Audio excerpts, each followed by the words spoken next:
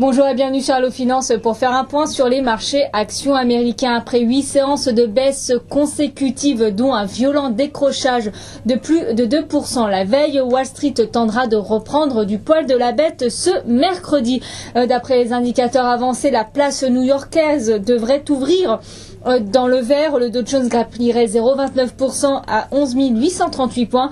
Le S&P progresserait de 0,47% à 12 253 points, tandis que le Nasdaq s'adjugerait 0,29% dans les premiers échanges aujourd'hui. Mais la prudence reste de mise. Les derniers chiffres des dépenses des consommateurs américains sont ressortis très décevants, alors que les opérateurs restent encore dubitatifs quant à la solidité de la première économie mondiale, après la publication d'un ISM très décevant qui fait suite à un PIB du premier trimestre inférieur aux attentes. Malgré tout, une petite éclaircie est venue malgré ce torrent de mauvaises nouvelles qui est venu donc du côté de l'emploi, qui est un indicateur qui est très surveillé en ce moment. L'enquête ADP a révélé que les États-Unis ont finalement créé plus d'emplois privés que prévu.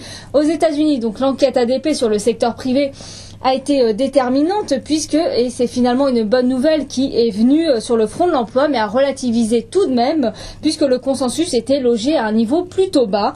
Les États-Unis ont créé plus d'emplois que prévu, à 114 000 sur la période, et sur une base ajustée des variations saisonnières, contre un consensus voisin de 101 000 et un niveau de 145 000 au mois de juin. À 16h, les investisseurs prendront connaissance des commandes industrielles en même temps que l'ISM non manufacturier. Sur le front des sociétés, CBS a plus que doublé son résultat sur le trimestre écoulé, 225% exactement, son résultat net trimestriel à 395 millions de dollars. Le bénéfice net par action s'est ainsi établi à 58 cents par action, dépassant ainsi de plus de 10 cents les anticipations des analystes. Toujours au chapitre des médias, Time Warner a battu également les anticipations des analystes. Le groupe de médias réalisé au second trimestre un bénéfice de 638 millions de dollars et 59 cents par titre, contre 562 millions de dollars et 49 cents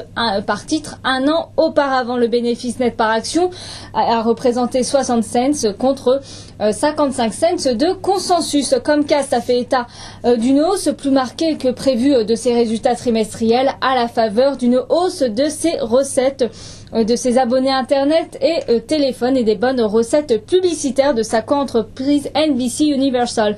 Le câbleau, opérateur leader aux États-Unis, a annoncé au titre de son deuxième trimestre un bénéfice net de 1,2 milliard de dollars, ou 37 cents par titre, contre un profit de 884 millions de dollars. Le profit net par action ajusté ressort à 42 cents contre 41 cents de consensus. Mastercard a annoncé au titre de son second trimestre un bénéfice net en hausse à 608 millions de dollars et 4,76 dollars par titre, contre 458 millions de dollars un an auparavant.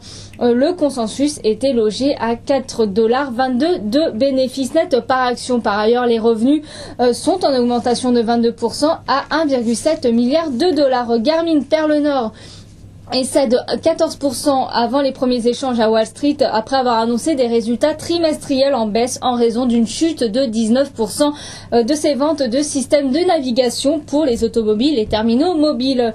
AMAG a annoncé avoir reçu une offre non sollicitée de rachat de la société de capital d'investissement MSMB Capital Management, valorisant ainsi le groupe pharmaceutique à 380 millions de dollars. L'offre de MSMB à 18 dollars par action offre donc une prime de 25% par rapport au cours de clôture d'AMAG à 14,39 dollars mardi. Metro PCS a perdu plus d'un tiers de sa capitalisation boursière en clôture, et a baissé donc pour finir mardi à une baisse de 36,59%.